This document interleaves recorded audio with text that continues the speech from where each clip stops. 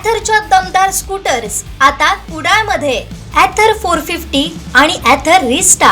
आजच भेट द्या Ather showroom, Mumbai Goa highway, Kudal. Hotel spice कोकणच्या समोर. संपर्क 9730 10 64 77.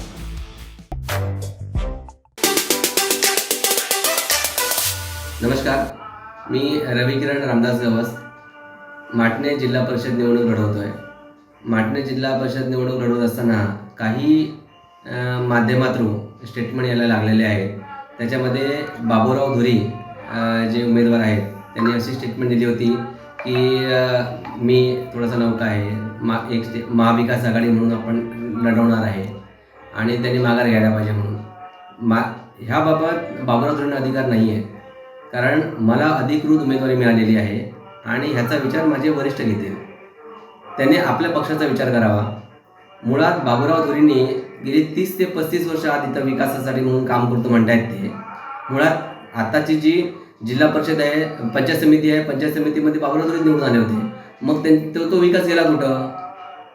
ह्याच्यावर पण बाबूराव धुरींनी विचार करायला पाहिजे. आज बाबूराव धुरींकडे मुळात कुठलीही माणसं नाही आहेत, त्यामुळे ते राष्ट्रवादी शरद पवार पक्षाचे जे उमेदवार आहेत त्यांचा गैरवापर आपल्या प्रचारासाठी म्हणून फिरवत आहेत आणि आपली गोळी बाजून घेत आहेत. हे कार्यकर्त्यांनी पण समजायला पाहिजे.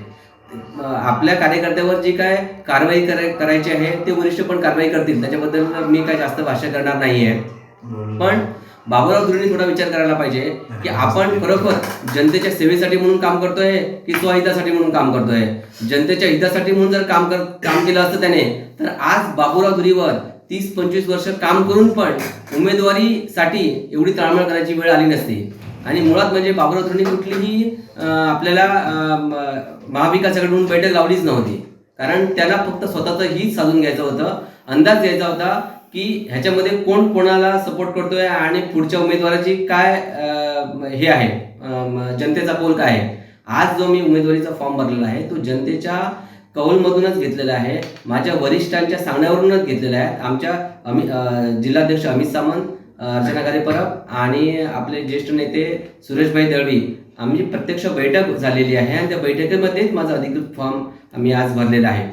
आज बाबूराव धुरींनी पाठीमागचा पण विचार करायला पाहिजे. ह्यांच्याकडे खरोखर विचारधारा असती आणि खरोखर ह्यांना जनतेचं हित करायचं असतं तर मागची विधानसभेला अर्चना गारेपरब आपल्याकडे महाविकास आघाडीचे अधिकृत उमेदवार असताना पण त्यांनी आयात का आणला आणि तो 6 महिने संसार करू शकला का हो?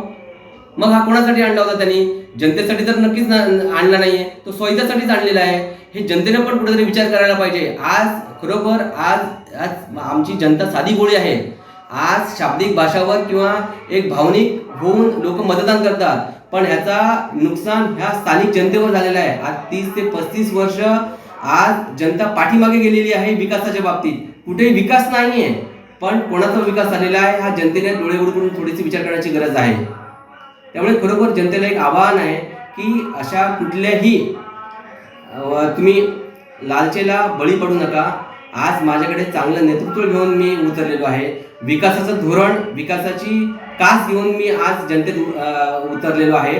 पूर्ण मतदारसंघाचा विकासाच्या बाबतीत विचार केलेला आहे. तुम्ही विचार करा, आज शरदचंद्र पवार पक्षाची विचारधारा घेऊन त्यांच्या नेतृत्वाखाली काम करत असताना पवार साहेबांनी आज बारामती आणि पुणे काय विकास केलेला आहे, कुठल्या धर्तीवर पुणे आणि बारामतीला नेऊन ठेवलेले आहे, त्याच्या धर्तीवर कुठेतरी आपल्याला या ठिकाणी विकास आणता येईल आणि त्याचं धोरण घेऊन आणि त्यांच्या मार्गदर्शनाखाली मी आज इथं उमेदवारी अर्ज भरलेला आहे. त्यामुळे जनतेने प्लीज कुठेतरी विचार करायची गरज आहे की आज खरोखर आपण आज जे उमेदवार उभे आहेत त्याच्यामध्ये आणि रविकिरण गवसमध्ये काय डिफरन्स आहे, हा थोडासा विचार करण्यासारखी गोष्ट आहे.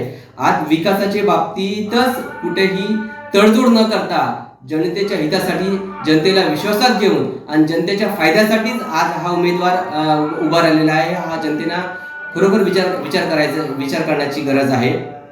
आज एक पाऊल मी मागे जर यायचा विचार जर केला तर ठीक आहे, महाविकास आघाडी म्हणून जर बाबूराव धुरी विचार करत असतील तर बाबूराव धुरींनी हा एक विचार करायला पाहिजे की ठीक आहे, महाविकास आघाडी म्हणून मी एक पाऊल मागे येतो, तुम्ही एक पाऊल मागे या. जसं की माटणे मतदारसंघ हा रविकांत गव्हास म्हणजे राष्ट्रवादी शरदचंद्र पवार पक्षाला सोडा, बाकीचे 2 जे हे आहेत जिल्हा परिषद आहेत ते तुम्ही लढवा. म्हणजे मला माटे मतदारसंघातून तुम्ही उमेदवारी द्या आणि मला सपोर्ट करा, आणि 2 जे जिल्हा परिषद आहेत त्या ठिकाणी तुम्ही तुमचे उमेदवार ठेवा, आम्ही तुम्हाला सपोर्ट करतो. आज बघायला लागलं तर बाबुराव धुळीकडे उमेदवार चांगला नाही आहे. आज जर त्यांच्याकडे उमेदवार असता तर त्यांच्याच पक्षातले उमेदवार आज त्यांचा तालुका अध्यक्ष बाबुराव धुळीसोबत अपक्ष उमेदवारी करतोय. म्हणजे बाबुराव धुळींची कितपत विकास योजना आहे हे थोडंसं पक्षामध्ये पण ताळमेळ नाही आहे. त्यामुळे थोडंसं जनतेने पण विचार करा आणि एक बाजू कुठेतरी विकासाच्या बाबतीत विचार करून मला जनतेनं थेट मतदान करावं असं मी आवाहन करतो.